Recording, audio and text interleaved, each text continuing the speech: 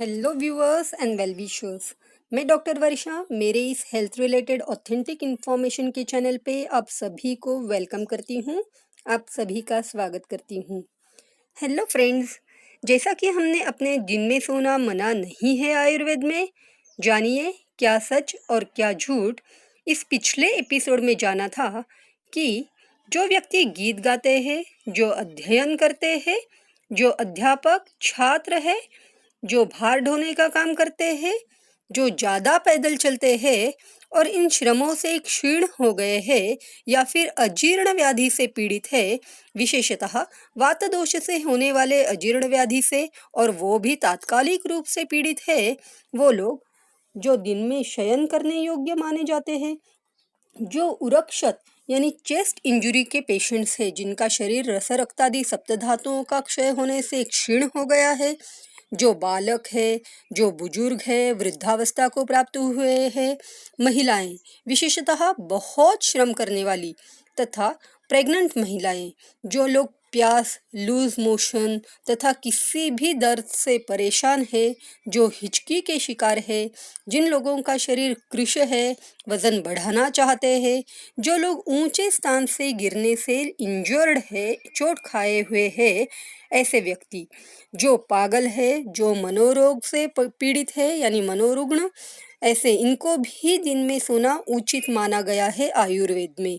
जो लोग हमेशा और लॉन्ग डिस्टेंस विशेषतः रात्रि में ट्रैवल करते हैं, रात्रि जागरण करने वाले, जो क्रोध, शोक, भय से पीड़ित है उनको, और वैसे ग्रीष्म ऋतु में तो ऑलमोस्ट सबको दिन में शयन करने की परमिशन आयुर्वेद देता है। लेकिन हमें कुछ परमिशन मिली तो इसका मतलब हम उसका मिसयूज नहीं करें, इससे स्वास्थ्य हानि हो सकती है। इस जानकारी के स्वास्थ्य लाभ के लिए पाने के लिए कुछ बेसिक्स जान लेना बहुत ज़रूरी है, जिससे कि आप फायदे में रहोगे और दिन में नींद लेने के कारण होने वाले नुकसान से बच पाओगे। आपको ये जान लेना बेहद ज़रूरी है कि दिन में कौन से समय सोना है और कितने समय के लिए सोना ज़रूरी है। अगर आप दिन में सोने योग्य मनुष्यों के लिस्ट में हो तो दिन में सोने से पहले जान ले ये बातें। नींद का मतलब हम कम से कम 6 से 8 घंटे की शांत गहरी नींद ऐसा करते हैं, लेकिन दिन में सोने का मतलब 6 से 8 घंटे की नींद ऐसा बिल्कुल ही ना करें। दोपहर में सो रहे हो तो ज़रूरत के हिसाब से बस कुछ समय की झपकी ले, या तो फिर ज़्यादा से ज़्यादा 2 घंटे की नींद लेना इज़ मोर देन इनफ। खाने के तुरंत बाद कभी भी ना सोए, चाहे वो दिन हो या हो रात। खाना खाने के बाद खाना पचाने की प्रक्रिया शुरू होती है और आपके जठर में यानी आमाशय या स्टमक में खाने की पचाने की प्रक्रिया पूरी होने के लिए कम से कम 4 से 6 घंटे तो लग ही जाते हैं। तो हमेशा याद रखें, अगर आपने कुछ हल्का जो कि डाइजेशन के लिए बहुत लाइट है ऐसे पदार्थों का सेवन किया है तो खाने के 2 घंटे बाद आप सो सकते हो। लेकिन हेवी टू डाइजेस्ट जैसे कि बहुत मीठा यानी मिठाई के पदार्थ, स्वीट्स या नॉनवेज जैसी चीज़ें खाई है तो नींद आना तो स्टार्ट हो ही जाता है, लेकिन कम से कम 4 घंटे तो बिस्तर पर लेटना मना है। इससे आप अजीर्ण, अम्लपित्त यानी एसिडिटी, डायबिटीज, मोटापा इनसे बच सकते हो। और हाँ, आपको क्या लगता है आप इस लिस्ट में एलिजिबल कैंडिडेट हो तो आप रोज दोपहर को सोओगे? देखो, ये परिस्थिति जन्य डिसीजन आपके हाथों में है। आपकी हेल्थ कंडीशंस की ज़रूरत है, उन पे आप खुद इनमें निर्णय ले सकते हो। क्योंकि एक बार अगर आपको ये दिन में सोने की आदत पड़ गई तो बाद में दिन में सोने की आदत छुड़वाना या छोड़ना बेहद भारी पड़ सकता है, या फिर आप किसी अनचाही बीमारी की चपेट में भी आ सकते हो। आप अगर दिन में सोने वाले हो तो ट्राई करें कि लेफ्ट साइड में सोए, जिसे हम वामकुक्षी यानी लेफ्ट करवट सोना कहते हैं, जिससे आपका पचन सही तरीके से हो, क्योंकि हमारा जठर यानी आमाशय लेफ्ट साइड में होता है। जिन लोगों की नाइट ड्यूटीज होती है, जैसा कि वॉचमैन, कंपनी वर्कर्स या फिर मेडिकल फील्ड्स में काम करने वाले नर्सेस, डॉक्टर्स, वार्ड बॉयज इत्यादि, या लॉन्ग डिस्टेंस ड्राइवर्स इत्यादि, इनको तो रात भर जागना कंपलसरी होता है। उनके लिए एक स्पेशल टिप या नियम आयुर्वेद में बताया गया है। इन लोगों ने रात में जितना वक्त जागरण किया हो, उतने समय के आधा समय सुबह नींद लेनी चाहिए। जैसे रात में अगर आप 8 घंटा जागे, तो दिन में काम खत्म होने के बाद सुबह 4 घंटा सो जाए। बस ध्यान रखें कि सुबह खाली पेट नींद ले, और अगर कुछ हल्का खाया है तो खाने के 2 घंटे बाद, और पेट भर सॉलिड कुछ खाया है तो खाने के 4 घंटे बाद आप सो सकते हो। जो लोग ऊपरी बताए नियम भी पालन कर रहे हैं और डे स्लीप की पात्रता मापदंड में भी शामिल है, यानी eligible, included in eligibility criteria list for day sleep, और बिंदास्त होके दिन में सोने को एंजॉय कर रहे हैं, वो ध्यान पूर्वक सुने।